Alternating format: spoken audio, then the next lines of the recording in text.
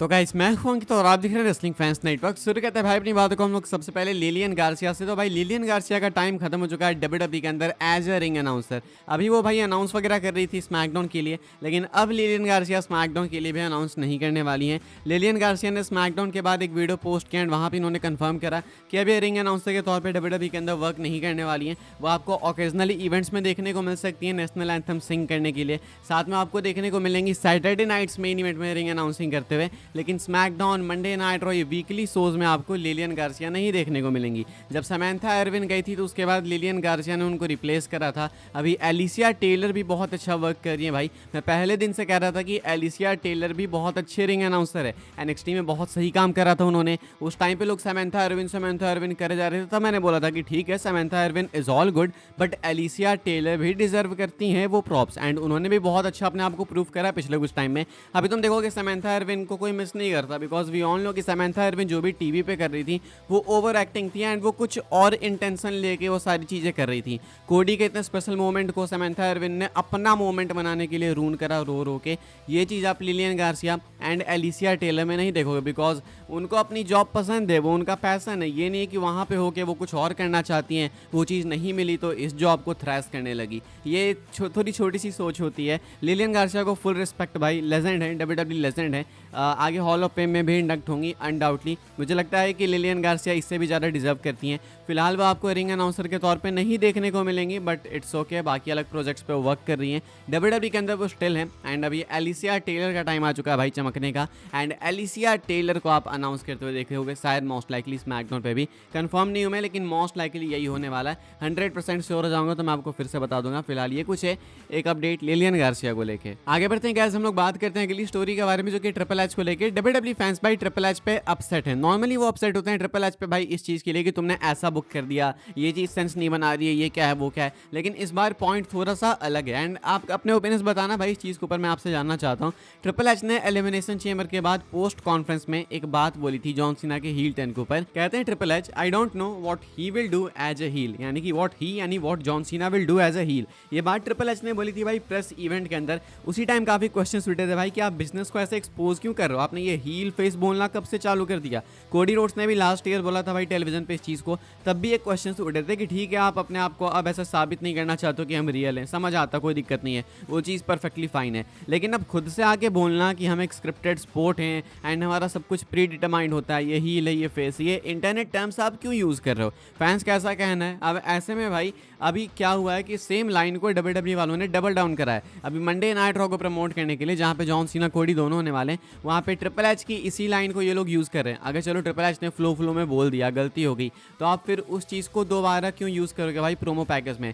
Fans इस चीज़ से upset है कि भाई डब्ल्यूडब्ल्यूई हील फेस ऐसे ओपनली बोल रही है एंड ट्रिपल एच खुद से बोल रहे हैं, ऐसा नहीं कि किसी रेसलर ने बोल दिया। तो ये चीज़ फैंस को पसंद नहीं आई है। हालांकि ये तो देखो प्रूवन फैक्ट है कि ट्रिपल एच स्टार्टिंग से बिजनेस को एक्सपोज करते रहें, चाहे कर्टेन कॉल हो जाए, चाहे बात हो जाए अलग अलग चीज़ों की। ट्रिपल एच ने हमेशा डब्ल्यूडब्ल्यूई को एक्सपोज करा है कि देखो हम स्क्रिप्टेड स्पोर्ट हैं। अभी पिछले कुछ सालों में विंस मैकमैन ने भी बोलना चालू कर दिया था कि हम रेसलिंग नहीं है, हमें एंटरटेनमेंट है, ये सारी बातें। लेकिन खुद आके बोलना हील फेस ट्विनर, ये सब काफ़ी अजीब सा ही लगता है। तो फैंस का कहना है कि थोड़ा सा केफे मेंटेन करो आप। अभी एईडब्ल्यू के अंदर भाई बहुत एक गजब का कांड हुआ था, जो लास्ट अभी पेपर भी हुआ एईडब्ल्यू का। वहाँ पे कोई सेलिब्रिटी आई थी, कोई तो आई थी भाई, उसने शो के एंड में बोल दिया कि मज़ा आया मुझे यहाँ आके पता चला भाई कि रेसलर्स को पहले से पता होता है कि कौन जीतेगा। तो उसने भी एक्सपोज कर दिया। आजकल भाई रेसलिंग के दिन थोड़े खास चल नहीं रहे, अच्छे नहीं चल रहे हैं। अब यहाँ पे ट्रिपल एच खुद ही एक्सपोज करते हुए पकड़े गए भाई डब्ल्यूडब्ल्यूई को, एंड कहना है फैंस का कि ये चीज़ सही नहीं है। आप क्या सोचते हो इसके बारे में कमेंट करके बताना। आगे बढ़ते हैं गाइस, हम लोग बात करते हैं अगली स्टोरी के बारे में, जो कि एलिस्टर ब्लैक को लेके एक मेजर अपडेट है। एलिस्टर ब्लैक को लेके शायद आप इसको स्पॉइलर भी मान सकते हो। किस डेट पे अपीयर होने वाले हैं ब्लैक, वो मैं आपको बता दूं। पीडब्ल्यू नेक्सस यानी कि पीडब्ल्यूएन की अपडेट है। यहाँ पे कहना है कि मलाकाई ब्लैक यानी कि एलिस्टर ब्लैक आपको देखने को मिलेंगे रेसलमेनिया के बाद वाले फ्राइडे नाइट स्मैकडाउन के एपिसोड में। जैसे रॉ आफ्टर मेनिया होता है ना मैसिव शो, हालांकि पिछले कुछ सालों में ऐसा कुछ प्रूव हुआ नहीं है, लेकिन जैसे रॉ आफ्टर मेनिया होता है वैसे ही स्मैकडाउन आफ्टर मेनिया में आपको मलाकाई ब्लैक देखने को मिल सकते हैं। आज इनके टीजर में हमें स्मोक देखने को मिला भाई, साथ में हमें देखने को मिला 4 का मतलब क्या है वो देखना होगा थोड़ा, लेकिन फिलहाल फिलहाल वो एक टीज़र आया था जो कि मोस्ट लाइकली मलाकाई ब्लैक के लिए ही था। अब ऐसे में फैंस पूछ रहे थे कब आएंगे, तो कहना है PWN का कि रेसलमेनिया से पहले वो नहीं आने वाले। इसका मतलब वो रेसलमेनिया के कार्ड में नहीं होंगे, वो सीधा आपको देखने को मिलेंगे अपना कमबैक करते हुए फ्राइडे नाइट स्मैकडाउन में। वो होने वाला है रेसलमेनिया के बाद का एपिसोड, यानी कि कंफर्म करता है कि वो NXT में नहीं जाएंगे भाई, वो स्मैकडाउन यानी कि सीधा मेन रोस्टर से ही कंटिन्यू करेंगे। जैसे रे फिनिक्स मेन रोस्टर पे आएंगे, जैसे पेंटा आ चुके हैं मेन रोस्टर पे, वैसे ही एलिस्टर ब्लैक भी आपको मेन रोस्टर पे ही कंटिन्यू करते हुए दिखेंगे। एंड बनता भी है भाई, ऐसा नहीं है कि इनको कुछ सीखना बाकी है, ऑलरेडी स्टैब्लिश टैलेंट है, बस हल्का सा पुश करना है, बाकी सब कुछ सही है। स्मैकडाउन में आपको देखने को मिलेंगे आफ्टर रेसलमेनिया। आगे बढ़ते हैं, हम लोग बात करते हैं अगली स्टोरी के बारे में एंड हम लोग देख लेते हैं भाई रेसलमेनिया के अपडेटेड बेटिंग ऑड्स को। रेसलमेनिया के लिए बहुत से मैचेस धीरे धीरे करके अनाउंस होते जा रहे हैं भाई, लेकिन 3 मैचेस की ऑड्स है मैं आपको बताना चाहूँगा। टिफनी स्ट्रैटन एंड सालेट से शुरू करते हैं भाई हम लोग। टिफनी यहाँ पे डिफेंड करने वाली है टाइटल एंड टिफनी और सालेट के बीच में बहुत ही टक्कर की लड़ाई है भाई, ठीक है।